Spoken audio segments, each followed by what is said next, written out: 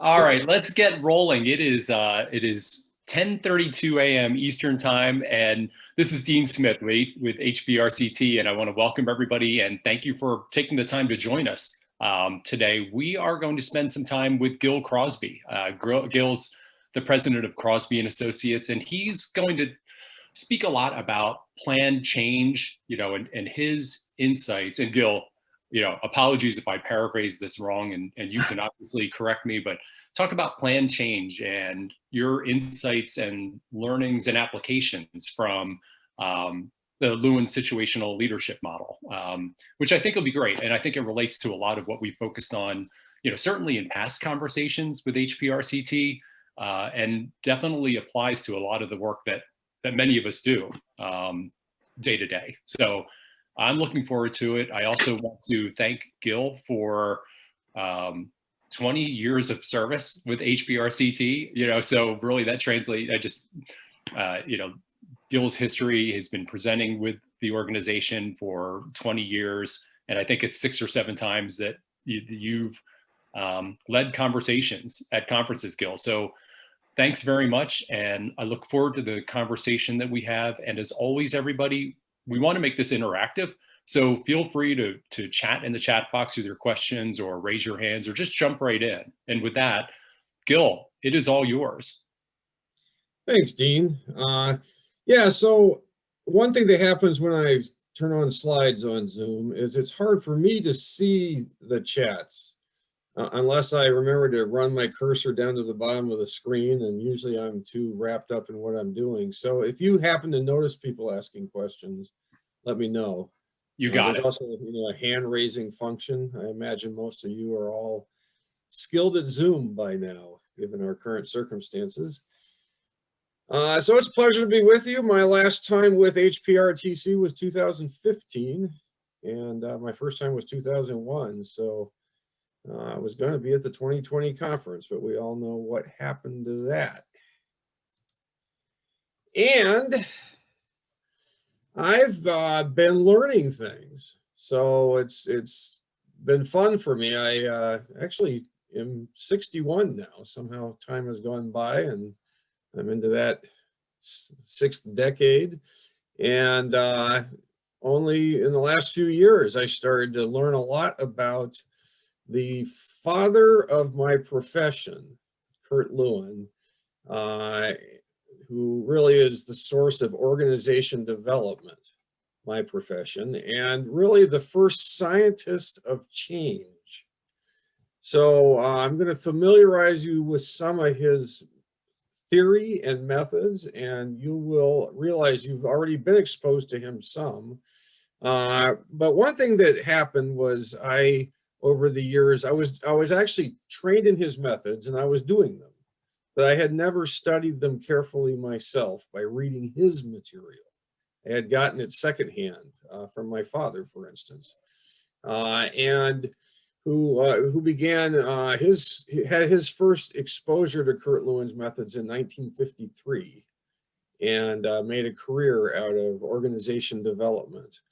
So that's how I got into this field. But there were people writing things criticizing Kurt Lewin's methods, and I would read them now and then, and I finally started responding to them. And what I discovered was that they had almost none of them had read Kurt Lewin. They were criticizing his methods, but none of them had read them. And so I went from reading his material to respond to a couple criticisms to writing this book that's in front of you, Planned Change. That's my latest book, although I have another one coming. It's in the process of being published by Taylor and Francis. This book, though, about Lewin is, he wrote a massive amount of material in articles and books, and I took it and I organized it into categories because it's not easy reading his source material, and most people just have never bothered, and you should. It's not too late, and you could do it by reading my book. But you could also do it by reading his stuff. So I'll say more about that in a minute. So here I am with my father. We actually teach another class today. The first class we've taught together virtually. It's a group of executives in India that we're going over similar material with. And here's some of our books. These three are my other three books prior to Plan Change. And this is a book recently that I collaborated with Dad on about his whole history. He first got into the nuclear industry before I did at Hanford, and then at the Philadelphia Electric Company. And that's where the door opened for me to be a full-time organization development professional for a few years at Peach Bottom. Here's the agenda. So Kurt Lewin was after a universal theory of social science that could explain down to individual behavior and all the way up to like nation state behavior. That could help people understand what's going on in any group, in any organization, and then act accordingly to get the best possible performance or results. So I think he succeeded at coming up with a way of understanding both individuals and organizations that works. And it was so successful that it was the basis for how we worked with post-World War II Germany and Japan. The Marshall Plan in Europe, for instance, he was based on Kurt Lewin's methods. He passed away in 1947, so he wasn't able to be completely involved in it, but this stuff works. So now he had a model of leadership which applies to working with experienced people, applies to working with people who need closer supervision. So I'm going to go over that with you. There's a famous thing that people have called it CATS, change as 3 steps, that he's known by, and which is mostly misunderstood. I'm going to go over that with you. And field theory. So Lewin took the social or the physical sciences and applied them to understanding human behavior, psychology, sociology, and created his social science out of the physical sciences. And so, and finally then, the term group dynamics, he actually is the one that first said it. And he had a way of working with groups that is the basis for successful change and successful performance. So that's what's coming up. So Kurt was born in Mogilno, which was part of Prussia at the time. And it's an important part of his story. He was a Jewish male at the time in the Kaiser's Empire. And even before Germany, had the unfortunate rise of Nazism, there was overt institutional racism in place for Jewish individuals. So, for instance, he served in the Kaiser's army in World War I, but he rose to the highest rank he legally could of lieutenant. And that was as high as you could rise if you were Jewish. It was just against the rules to rise higher. He taught at the University of Berlin, and he could not become a tenured professor because he was Jewish. And you could not own land. So you could farm the land, but you had to have somebody that wasn't Jewish own the land. So there were all kinds of legal prohibitions in place.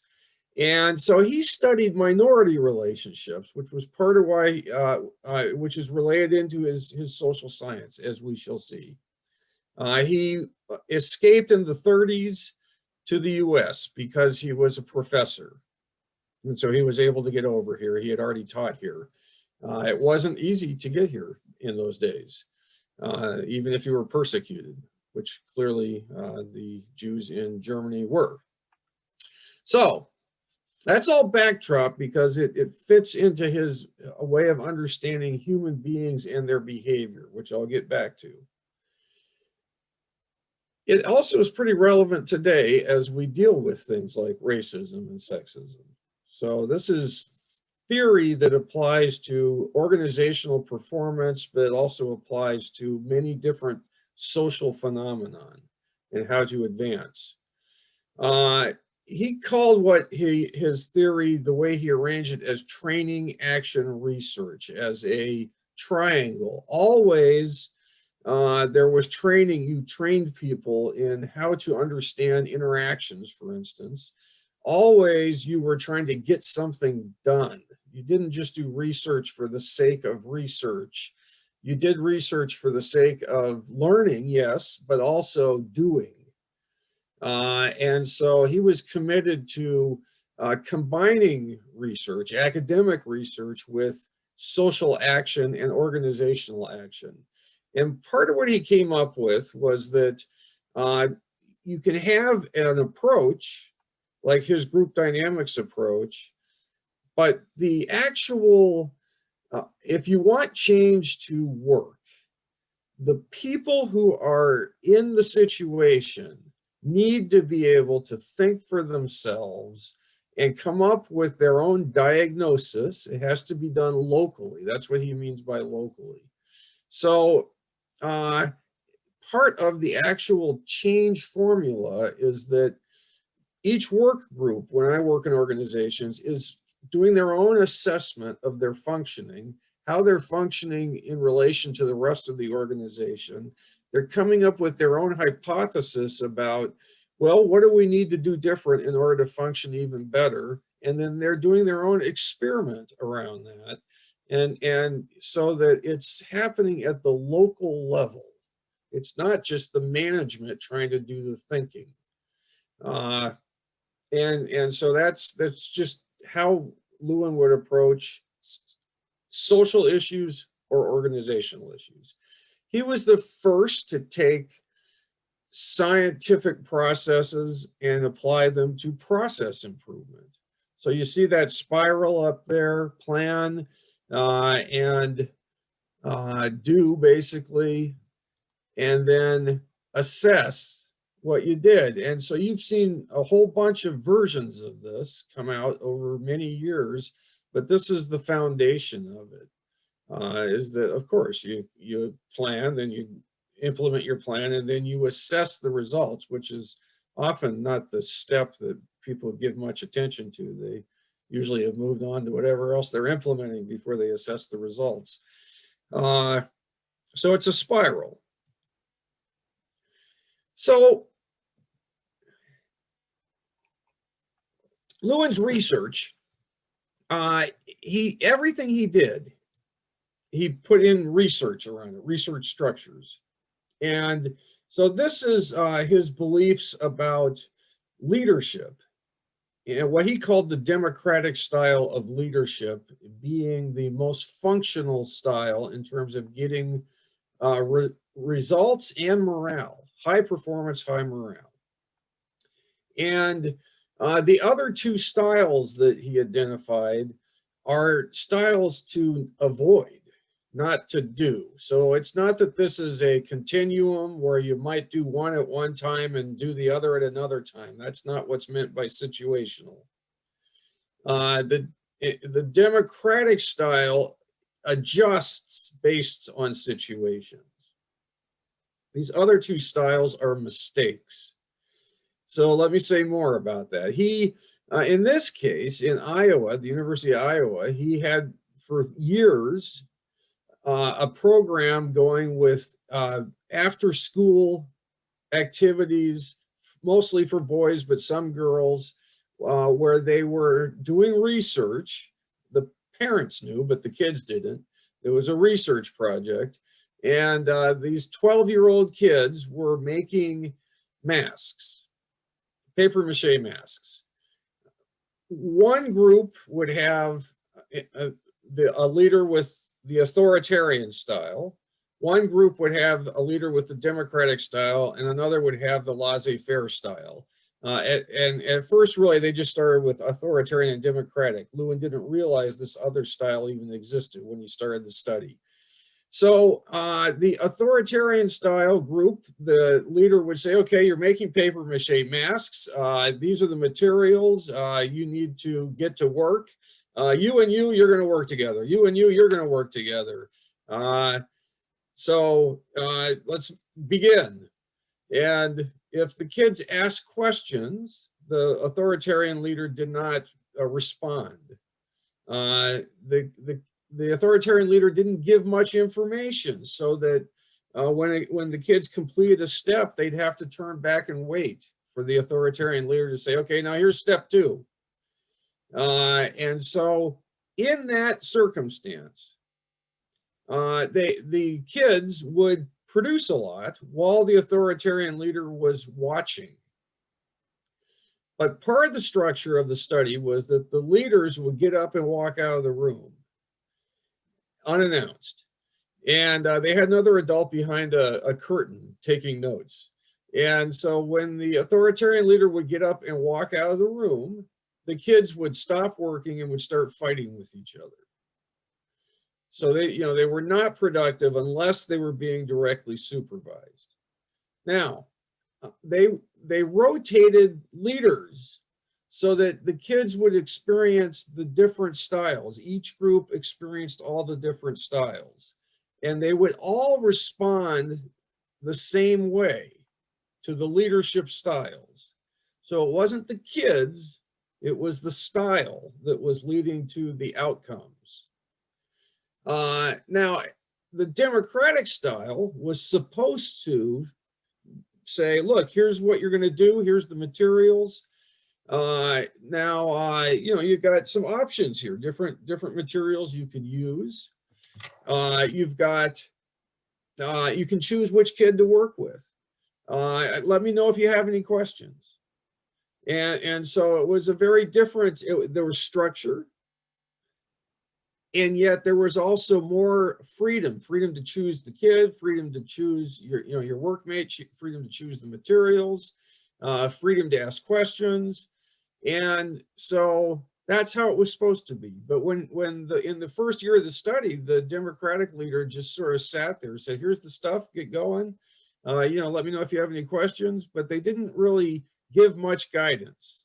And that's when Lewin realized that not everyone knows how to lead where they are leading, and yet also providing freedom and the ability to influence. What this person did instead was they were too passive. And that's when he identified this laissez-faire style, which I have seen over and over again, and there's studies that say this.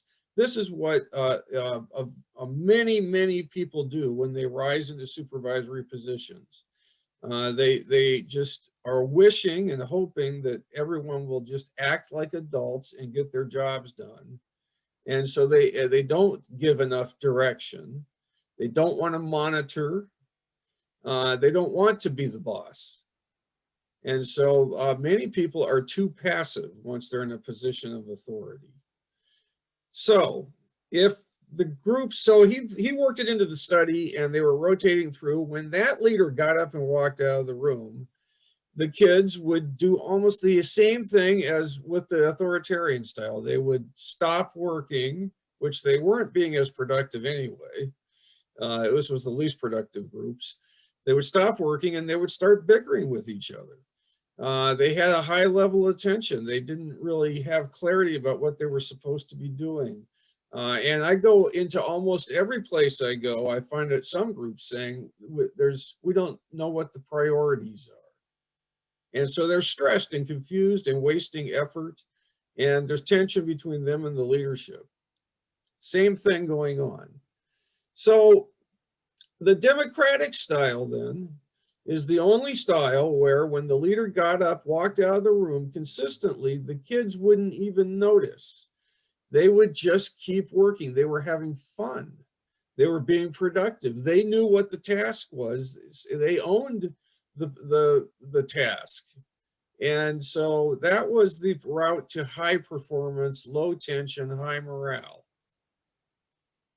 And Lewin replicated that with adults over and over again, as have I. That is the experience of my father and myself.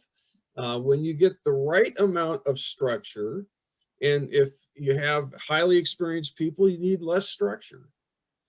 That's the situational aspect of this. If you give them as much freedom as you can. If they're new people, or if for certain types of groups with certain tasks, they want more structure. That's okay, that's not bad. Then you have to give them more structure. If it's a new year and you're trying to pursue new goals, you need more clarity at that point. Yeah, as the year weighs on, you probably need less structure, as long as there's alignment. So this style, which he called democratic, because it's also based on respecting everybody in the organization as equals in terms of being human, and then organizing the activities. That's the style that pays off consistently. So, power in a democracy and power in an organization is not, you don't have to just be nice and anything goes to be a democratic leader. As Lewin pointed out, Roosevelt in World War II, FDR was very tough when he needed to be, and he was still a leader in a democracy. So you need to organize what needs to be organized. You need to monitor what needs to be monitored. You have to hold people accountable if they aren't meeting the standards. That's all part of being an effective democratic leader, where there's an effective amount of structure. As Lewin put it, few aspects are as much befogged in the minds of many as the problems of leadership and of power. And yet power is an essential aspect of any and every group. Human organizations, and this is part of why I think I fit in well with the nuclear power industry, is because you guys don't have the same amount of ambivalence about hierarchy. You're willing to have a hierarchy, whereas there's many organizations out there that are thinking, well, the problem is hierarchy. Let's just get rid of that and see what happens. And generally what happens is chaos. So there's a lot of claims that it all works out if you're self-organizing, like a plant. And by this I mean like the cells in a plant that you grow. It's self-organizing like the cosmos. But that's not humans. Humans need human organization and human structure. And so then the challenge is, how can I be an effective follower of the people above me? And how can I be an effective leader of the people below me? And not let my own emotional stuff about that get in the way. So that's the challenge in organizations. The most important emotional intelligence challenge is, how do I manage authority? So, field theory then says that you are in a homeostasis always in your system, and that it's there for a reason, and it's not a bad thing, except it is going to include what you don't want. So let's say, for instance, there's mistrust in your organization, and that gets in the way of communication. Then there's homeostasis that's holding in place mistrust. So let's say that you have high execution of tasks in your organization with high quality and high safety. There's homeostasis that's holding in place those elements. So it's just a given in Lewin's way of thinking that all systems reach a state of equilibrium for better and worse.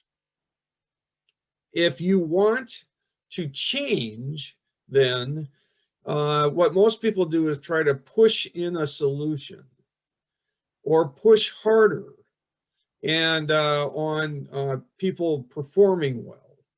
And what that does is it increases tension in the system. And if the tension goes up, the odds of error go up. So you could be pushing hard for compliance with your performance improvement and your safety programs, and the tension you're adding to the system could be the cause of increased incidents, because there's a certain level of tension that is healthy in the system, and then there's too much. That's not healthy. It's rare I've been in a system where there's too little, but you could have too little tension about certain things. People aren't caring enough about certain things. That can be a dilemma. So don't just push the solution. You've got to reduce the restraining forces. That's the first step in any Lewinian change process. You get the people who are the local people, the people who are actually dealing with the problems, into a dialogue about what's in the way. And it's got to be an open dialogue that includes things like mistrust of our programs, mistrust of our leadership. If that's what's in the way, then it's not going to help to censor that. What you got to do is talk about it and then think about, now, what can we do about it? That's a Lewinian approach to change. And so that you're coming up with solutions to the restraining forces. You aren't just shoving in the next solution for safety or whatever it might be, and wondering why the last one didn't work. So, I think I'm going to stop for a second. I don't know if there's hands yet. I've already covered a lot of territory. Yeah, let's just, good idea. Let's wait to see if there are any questions that people want to chat into the chat box or raise their hands or jump in. But, I wonder if, you talk about restraining forces. So I like a lot of the things that you've talked about, and I see relevance with other models and theories and everything. But I'm wondering, like, restraining forces, pretty clear, but is a major restraining forces sometimes an authoritarian leadership style from a leader who doesn't recognize that they have that style? Well, it would be like if a it's leader, there, but people don't recognize that bias or that tendency. Dean, I would say yes. And the dilemma is that if a leader is distant, like maybe they're just really an analytical engineer that's risen up through the system and is now running a nuclear power plant, and they don't interact much, people will project out of their fears that they're an authoritarian. And so I think the actual number of authoritarians that just absolutely don't want any input, are going to punish you if you speak up, that actually manage like that in modern organizations, I think it's fairly rare. But it's a big fear, and it's easy to distance yourself and start to believe that's what you've got. So, it's a two-way street. We're all interpreting other people's behaviors. Look, I want to throw everybody into, okay, what's this from Robert? Looking at where analysis efforts should be focused, failures or successes. And it looks like it was a partial statement.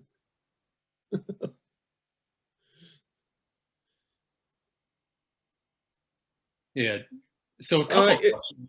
Go ahead. Okay, well, I'll answer that one because I get the whole thing there. I think I follow where Bob was going, but it's not the same as a stakeholder analysis. Well, it could be. If you mean by a stakeholder analysis, you really have a representation of the people who are dealing with these problems on a daily basis, like the operators and the maintenance techs and the supervisors, and then yes, that could be a force field analysis, could be what they're doing. So it would depend on what you mean by that. If I can I expand on that, Dean? Sure, Bob. Okay, it's good in this format because now anybody can just jump in with words. Yeah, that's great. I'm looking at the difference between reactive and proactive environments and saying, I understand the concept of force field analysis and saying that we should focus on reducing the restrainers as opposed to increasing the drivers. So when I'm looking at failures versus successes, and our failures are going to be the restrainers, is it better to reduce the amount of failures than it is to capitalize on the successes? Well, I mean, I would want to have people get as clear as they could about what caused the failures. So maybe that's what you mean.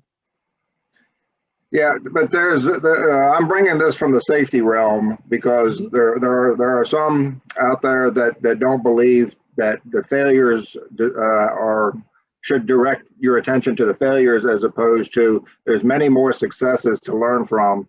Let's learn from the successes at the expense of the failures.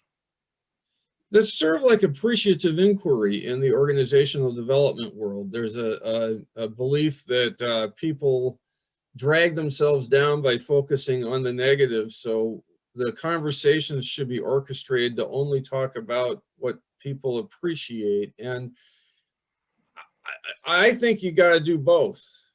So because certainly both are relevant. So yeah, if you don't think about, well, what is it we do that's created these successes, that would be a mistake. There's an opportunity there. And then certainly whatever got in the way that led to the failures is worthy of analysis also. Okay. I would hope. I come from the investigation industry, so I'm with you there. I'm just I'm looking at the success side and saying, is there a redirection of effort that should be made? Because I firmly believe that you can't move forward without understanding what went wrong, because you can't prevent it from happening again. Lewin would also say that this is science. To the extent possible, we're applying science to these organizational issues. And when you do that, you are always, it's always a current hypothesis, but it's not a fixed, like, okay, we've done it, we're done now. It doesn't work that way. So you should all do what makes sense to you and not just let experts tell you what to do. I'm with you there. Thank you. No problem.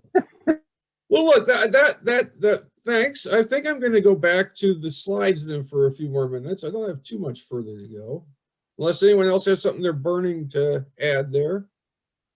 No questions in the chat box right now, but it looks like, yeah, and no hands raised, but everybody, if you have a question or a comment, please chat it into the chat box or unmute yourself and jump right in. But let's continue with the slides and let's see where we go. Dean, I did see one comment in here to everyone. Is identifying and dealing with resistance forces similar to a stakeholder analysis? Yeah, and the answer is maybe.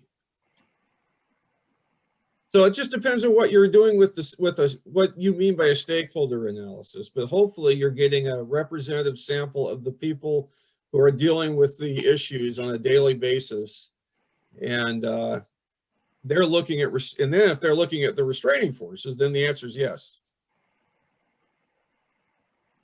So let me continue here. So this is the famous, yes? We do have one more, so I'm sorry to interrupt, but yes. The question or comment is about, how about prior to the change, if we build a good case for change, it becomes a tool to predict and manage restraining forces. So, if you do build a good case for change and that compelling vision, if you will, is it a tool to predict and manage the restraining forces, or does it incorporate that? So here's the dilemma. If you begin by engaging people in looking at what's in the way of the organization moving forward, and they come up with solutions, then they already now are going to own the change, and it's going to be spread in responsibility. It's not just going to be management's responsibility to sell the change. If you are in a position of selling the change, then you are already you've already created a restraining force. And so to the extent that people are not involved from the beginning, you're going to have dilemmas unless it's absolutely a burning platform that's easy for people to get why it's important for them.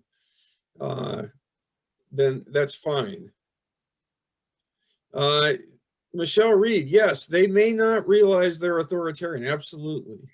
And I would hesitate to even jump to the conclusion that they are, no matter what anyone tells me, until I could, get my own sense of the person and how they're leading. And see, I would want that through group dynamics. I would want that through a meeting between that person and their direct reports, and possibly other layers, versus them. A lot of leadership development is done in isolation outside the system. The person goes off and learns some theories and talks to psychologists, and generally most people can speak with some clarity about how to be a leader, and then go back and be the way they were in their system, however that is. But I'll just say again, it's a two-way street. Once the group has decided someone's authoritarian, then they're not going to approach that person. They're going to be afraid of them. They're not going to talk to them. They're going to explain to each other why they're right about that person.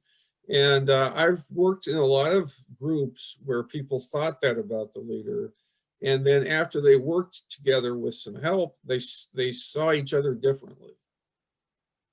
Because if I'm the leader and my group is afraid of me, I'm going to likely walk in, if I don't know what I'm doing, feeling tense every day and distant. And I'm going to add fuel to the fire, so to speak, because I don't know what to do to change it. And the employees are going to become more distant and more bitter towards me. And I mean, it's a snowball effect, often, that I don't think necessarily means that either the employees or the leader are unwilling to be different. But so I think I should get back to my slides for like 10 minutes. Let's do it. And then, if that, just tell me this, was it Michelle? Do you think that I understood what you were saying? Yes, I do. I appreciate it. Okay, cool. Thank you. I don't want to just blow anybody off just because I have my own beliefs. No, it's a complicated issue. Yes, it is. It is. Every situation is different. Okay. So, Lewin's change model that is mostly misunderstood. It starts with unfreeze the homeostasis. Most people don't throw in those words, the homeostasis, they just say unfreeze. Okay, you start to shift things somehow. If you're doing change the way Lewin did it, you're shifting it before people even know what's happening. So for instance, you're having the group do their own assessment of their own dynamics instead of having like an expert do it for them or management do all the thinking. You've already changed part of the homeostasis. Then you're shifting towards something. And I want in organizations that every leader be good at understanding what their group thinks and giving people the flexibility to experiment where they can experiment, and being clear about standards that can't be experimented with, and so on. So you're moving towards something. You have to have some clarity about, well, what are you moving towards? And then the task of freezing it back into place, which just means reestablishing a homeostasis, it really begins at the beginning. At step one, you're already creating a new homeostasis if you are including people more effectively in doing their own diagnosis. If you are engaging more of the organization in solving the issues. And so if you're in the human performance department and they are reaching out to you to teach them about certain situations and standards, you have one kind of homeostasis.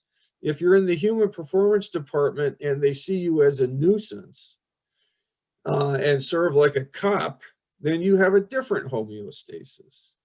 Clearly, you want to move towards the homeostasis where people are owning the meeting the standards that they need to meet, instead of thinking it's somebody else's job to hold them to those standards.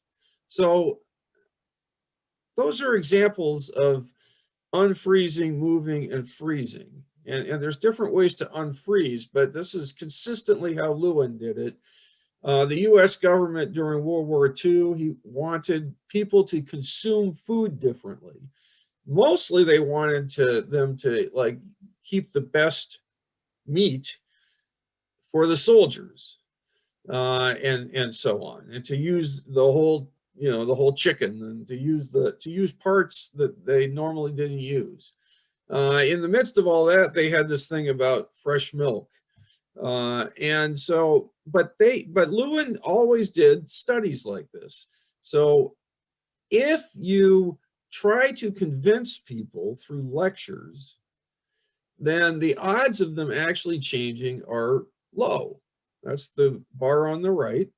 And if you try to do a PR campaign to convince people that a change is good, the odds of convincing them are low. Every one of you knows how to be a skeptic, and wisely so.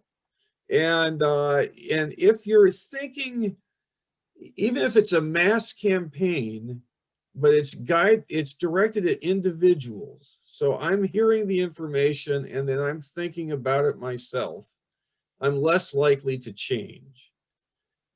If you have, so group decision, Lewin would have, okay, so the government would say, we're not getting anywhere, and could you help us? And he was by then in charge of the MIT Center for Group Dynamics, and the government used him a lot. And so this was just consistent. Would you help us? He said, sure. Okay, so let's have one group get lectured at your style that you're doing so far. You're going to teach these people about what the government wants them to do. And then let's have another group with the same lecturer. They'll talk for a few minutes, give them an overview. But then I want this group to talk amongst themselves about what they think, and then to come up with their own solutions. And then we'll see what happens here. They'll implement their own solutions in that group.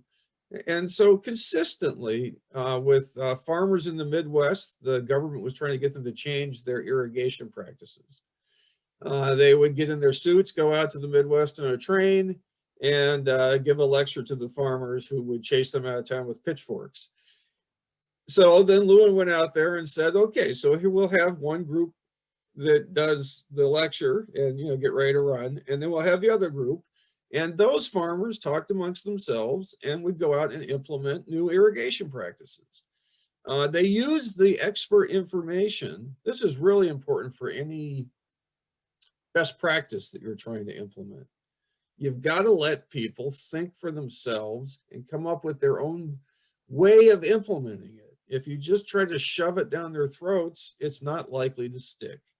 And it's partially an emotional thing.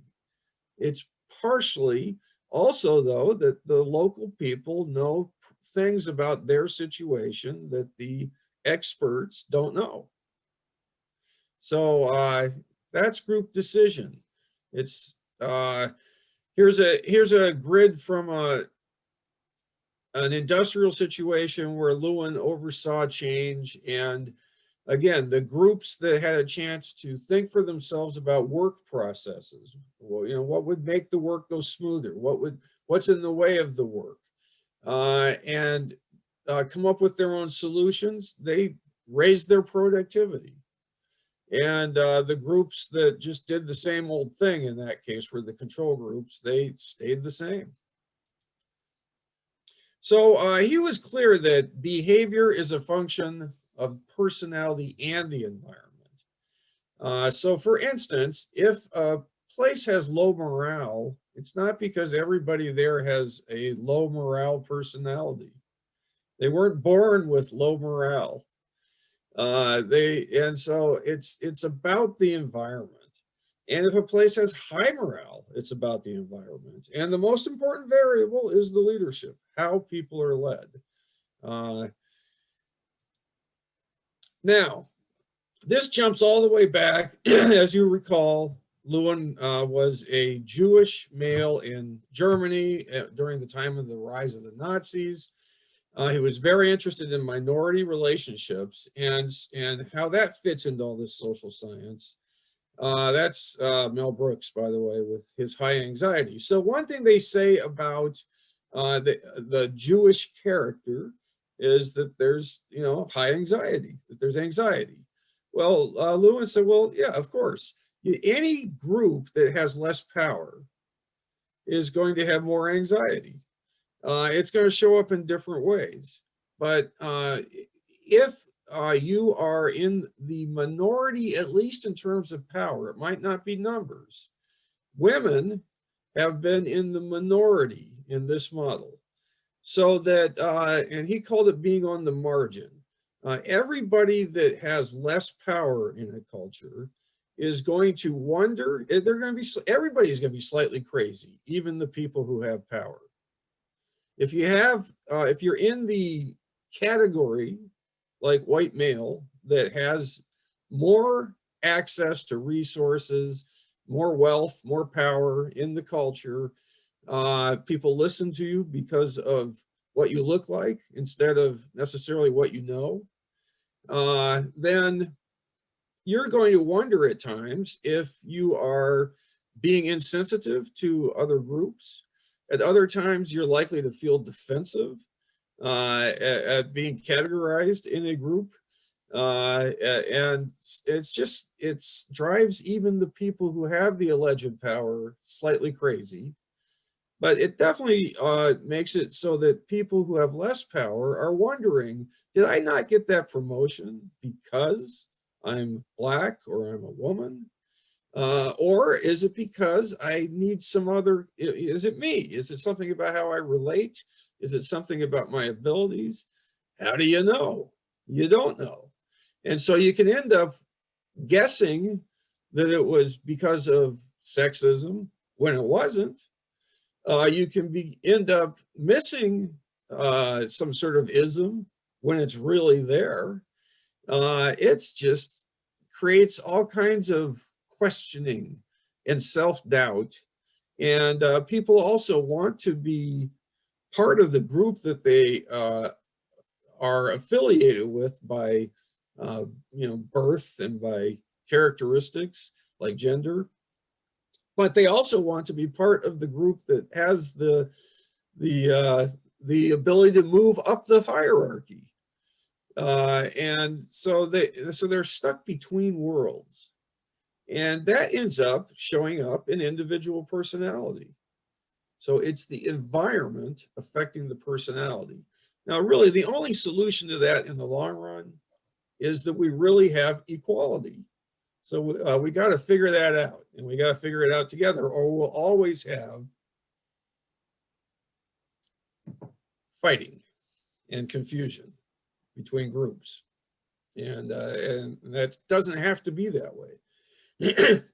One of Lewin's action research projects was in Connecticut, the state of Connecticut, to decrease racial hostility in the state back in 1946. And he did what he always did. He brought people together from all the different groups, and he had them in facilitated conversations. And then they went out and did their own action research to try to work in their communities. These things can be changed. So, last thing here, I think this is the last slide. But Gil, before you get to the last slide, sorry to jump in there, but there That's is right. one question, or maybe a couple. Okay, cool. You know, and it relates to group discussion versus lecture. So the question and comment was about, you know, group discussion versus lecture. Does the group discussion include all elements of the lecture and includes group discussion, dialogue, collaboration, you know, sharing, that kind of thing? Or is there something in the lecture that's removed when compared to the group discussion method? So it's, you know, how are those two things, were they equal, if you will? Oh, well, it's a great question. And so far I have conducted this, and I usually do this with webinars, as a passive learning experience. So most of you are listening. And the odds of it sticking are lower with that particular approach. So a group discussion is literally people talking to each other, and often it has to be done in pairs, because you're going to have the more talkative people talking and the quieter people not talking if you just leave it to random chance. So look, Dean, we have time. Let's do a breakout for 5 minutes where randomly just everybody's paired. Can you just have them in pairs? Yes. Okay, and give them 7 minutes. 7 minutes in pairs, random. And the task is, well, what sense are you making out of this so far? Is there anything you think is totally BS? Is there, think for yourself, you know, and there's a good chance that if you think something in this is totally crazy, it's a misunderstanding, because there's too much here for me to expect that I'm conveying it the way I best could, or that you're getting it the way I intend. There's probably 20 different versions right now of half the stuff I said. So talk to each other. What sense are you making out of this? What makes the most sense? What makes the least sense? 7 minutes, please proceed, Dean. Perfect. I will put everybody into breakout rooms. The way this is going to work with how Zoom breakout groups work is I will assign you, it'll be sort of randomly. So Gil, you may be in with somebody or a small group. I'm going to try to put 2 people in. There may be 3 occasionally. For those of you who haven't been in a Zoom breakout room, once you're in there, if you need help, there's a little button in the breakout room section where you can ask the moderator for help. So if you have a question or a comment about what you're doing for the next 7 minutes, just call and I'll join you so we can clarify. But otherwise, I will put you into the rooms and we'll see you in about 7 minutes.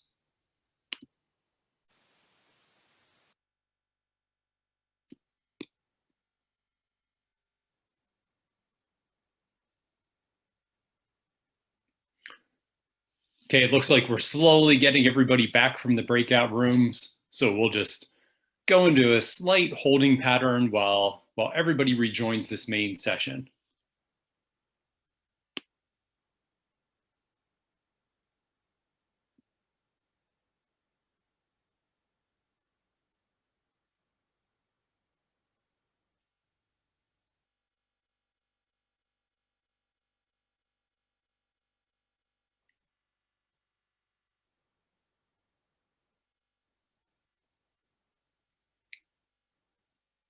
Looks like we'll have everybody back in about 15 seconds and then we'll be good to go.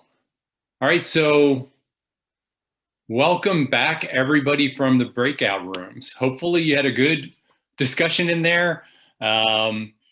So Mr. Crosby, I'll turn it back to you, but I suspect that we would like to hear some thoughts and insights from everybody in their breakout discussions.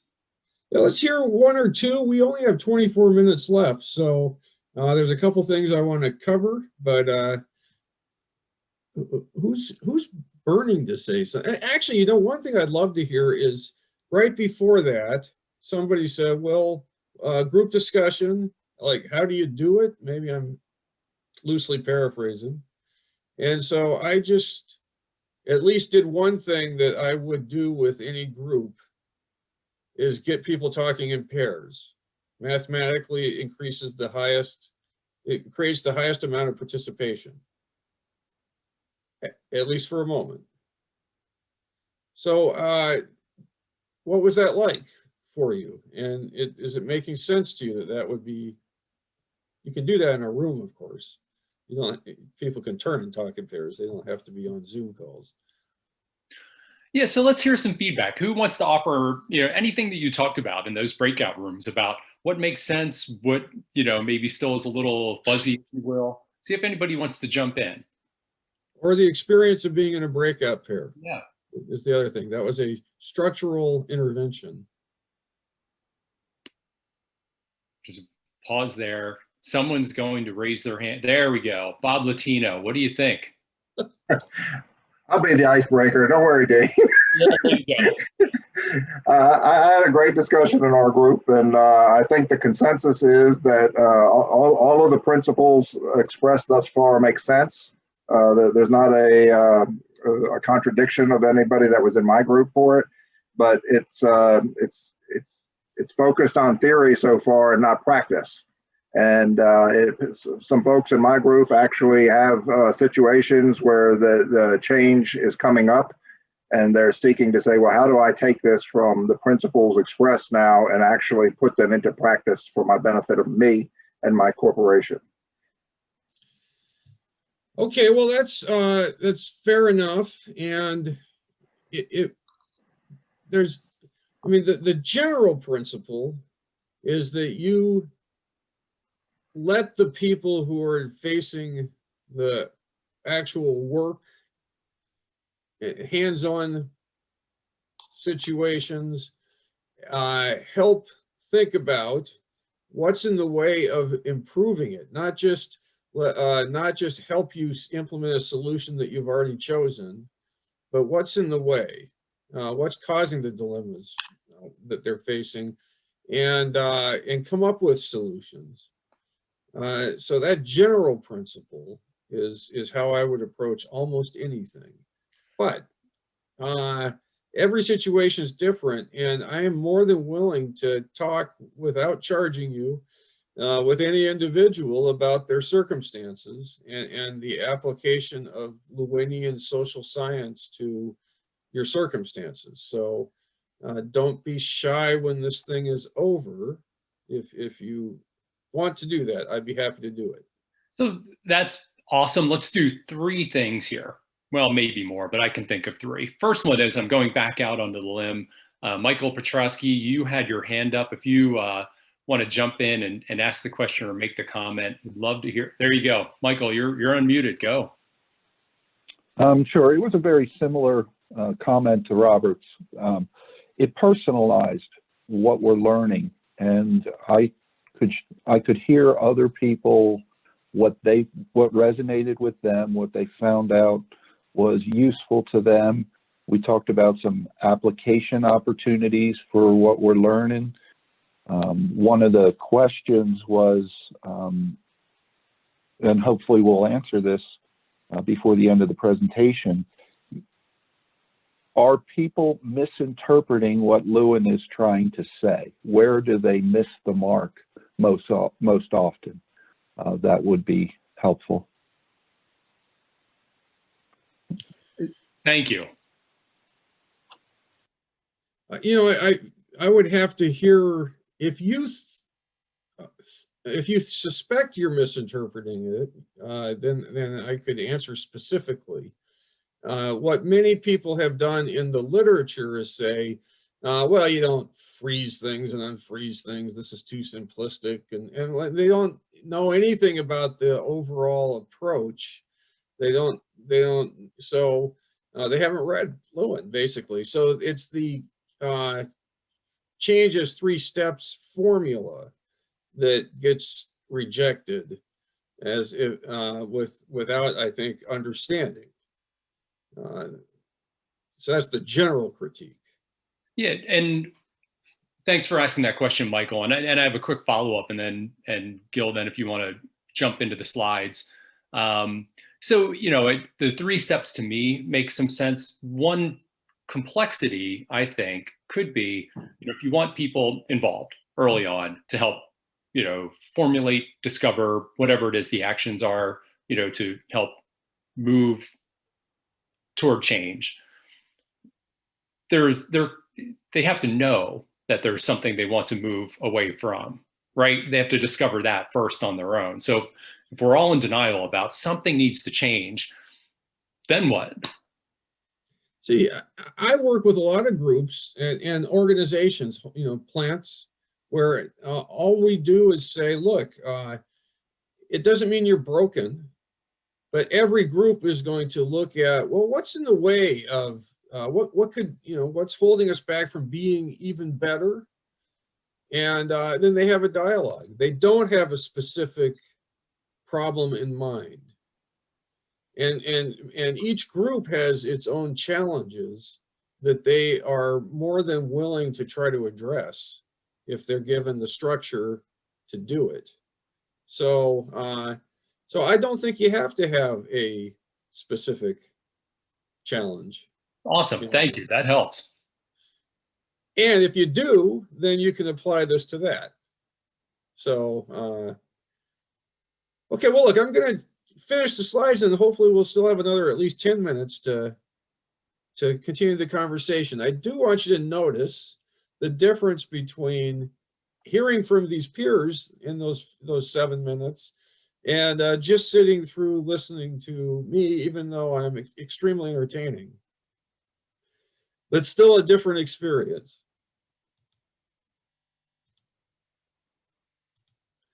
Okay, so this is just a reminder then that this stuff was after World War II. Lewin is there with Eleanor Roosevelt. He knew, you know, FDR. He was heavily into the State Department, the Defense Department.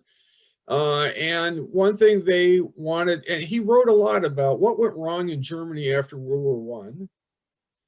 And so how do you create a successful democracy? And one thing he says, you have to keep working on it. And you have to teach kids in schools the way that you can't, in an authoritarian manner, teach kids about democracy like it's just a history subject and expect them to have any skills at speaking up and thinking for themselves and so on. You have to foster those skills in the classroom environment. You have to lead a democratic classroom where kids are allowed to think for themselves and where they have some influence. And so they're not just robots spewing out answers. And so for him, the whole of society is either teaching how to be in a democratic culture where you compromise, or it's teaching, or it's not teaching that. And so it has to be, he said, renewed in every generation. So if we ever think we're done, then we're making a mistake. But anyway, that's on the macro scale. So we actually, the United States, went into Japan and Germany after World War II and managed to help them build 2 very effective democracies, very different. And Lewin's advice was, from the get-go, don't walk in there like you are the kings of democracy that have all the answers. You've got to go in and allow the people, and throughout this, in this case, country. If you think you have a hard time figuring out how to engage a plant, imagine engaging a country effectively in dialogue about what's their democracy going to look like. So, you know, we were clear, you need to have a democracy, not like a fascist dictatorship. But how is it going to work? And they came up with their own structures, which are quite different than the United States. And we apparently successfully didn't go in there and say, we know what we're doing. Because Lewin said, look, if you do that, guess what? They're going to point over here and say, well, what about segregation? And what do you mean you know what you're doing? I mean, thank you for, you know, ending fascism here. But so this stuff works on a macro scale. And that's it. That's the last slide. That's my brother and I. He's my partner in our work. And we're in here. This was a T group workshop about 2 years ago, which is a Lewinian way of learning where people are learning from their actual reactions to each other in the moment. And it has to be facilitated effectively, but you are learning how to say, look, I'm upset right now. And I'm not sure that I understood what you meant, but you know, you're actually talking about moment to moment, of course, what you like also. You're learning how to reinforce with behavioral science. It's this is actually the first thing my father was in 1953, was a T group based workshop. And it used to be a prerequisite in my field that if you were going to be an organization development person, you had to go through T groups and learn about yourself in the process. It is a great foundation for anybody, but also for leadership. So we have 13 minutes. So, Jessica, your hand is up. Jessica, what are your thoughts or questions? Yeah, so just kind of following up on our conversation in the breakup session. One, just a quick little feedback. I thought that was great. It helped kind of humanize the conversation, whereas if you're in a big group like this, it's hard to speak up sometimes, especially not knowing everybody. So it was to kind of push it into an active conversation. Especially if you're like analytical and kind of introverted and want to think things through, and most groups, all you get is people like me that talk a lot. And you don't hear from the thinkers. Yeah, we're kindred spirits, I think.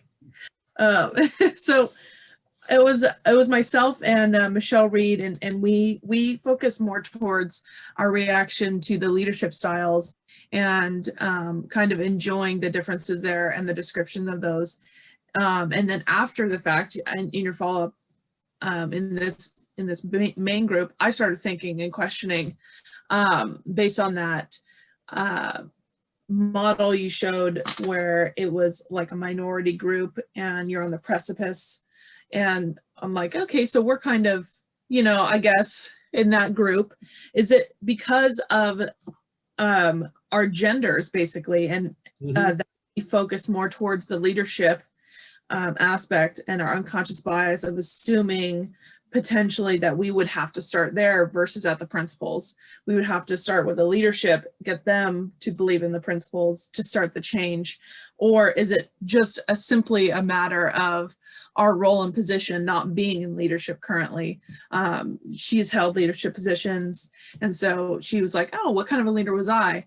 And so it was kind of an introspective process for me of, okay, how are these how are Lewin's principles and his theories kind of engaging me on a personal level, and how am I applying that in my understanding? So it was just kind of, it's just, I don't need answers, but I like what you're saying. It was thought-provoking. Cool. Cool, good. Yeah. Oh, Jessica, thank you for jumping in there. And any other comments or questions from anybody based on the conversations you had in the breakout room or the discussion in general? Just going to pause there, see if anybody else wants to chat into the chat box or raise a hand. And maybe we won't have any. So just kind of as we start to wrap up, Gil, I'm going out on a limb. You know, there were some folks it sounded like in the breakout sessions that may have had kind of specific, how do I apply some elements? Mind if I put your email address into the chat box for everybody in case they have them to reach out? Sure, that's fine. And I'll just say 2 recent things I've done. One is with Campari. They make their own special brand of Italian spirits. They wanted to have, they had low scores in a survey around engagement and communication. And so what they did with my help was have every supervisor and everyone in a leadership position at all levels went through their own group discussion so that they could then lead the same with their direct reports.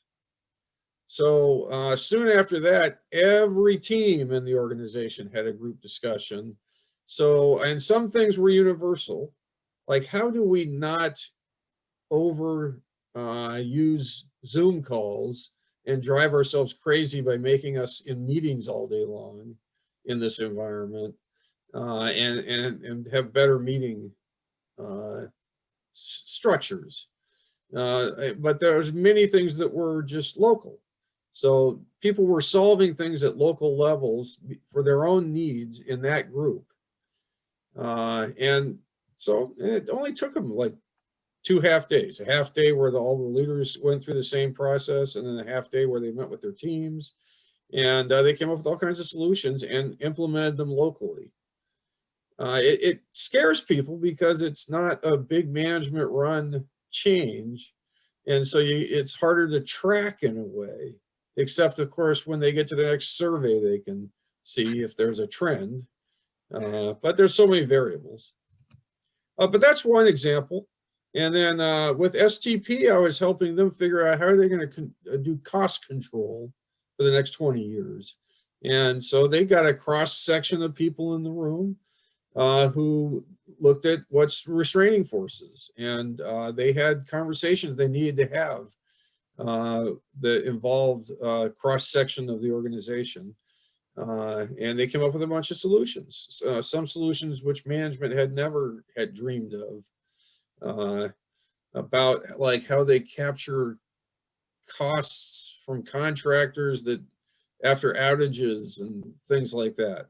So, you know, I mean, it's people know things and don't know how to get support for implementing them. Anyway, this couple examples there. Great. 7 minutes. Those are a great couple examples and a good way to close up because, you know, along with what people talked about in terms of practical applications and, you know, insights in their breakout groups, that gave us an additional flavor. So thank you. No problem. And I'm looking at these questions here. Yeah, the chat stuff. That's just some appreciative feedback on the breakout sessions. I've included your email address, so in case people have questions or comments specifically for you, and I included mine. So if any of you have any feedback or about our monthly webinar series or topics that you'd like to include for the future, you've got my email address in the chat box also. And with that, Gil. Can I say something to, let's see, Michael Petrowski? His last comment was, is it fair to say that group discussion method permits people to determine how they achieve the what? And I would say yes, and it can even help them determine the what. So, you know, not every process has to start with the what being determined by others. And at times that's really important. So it could, but letting people figure out what needs to be addressed is underdone in most organizations. Great. Thank you very, very much for leading this discussion, Gil. I really appreciate that. Thank you for the insights and helping us think through some things and also a different way of thinking about them in some respects. So thank you. Everybody that joined, thank you very much for taking the time. And we will see you at our next one in February. So we'll have some more details about that coming out with the HPRCT organization, hopefully in the next few days. So thanks a lot, everybody, and have a great rest of your day. Take care. Hopefully we'll be seeing you at the next live conference. Yeah,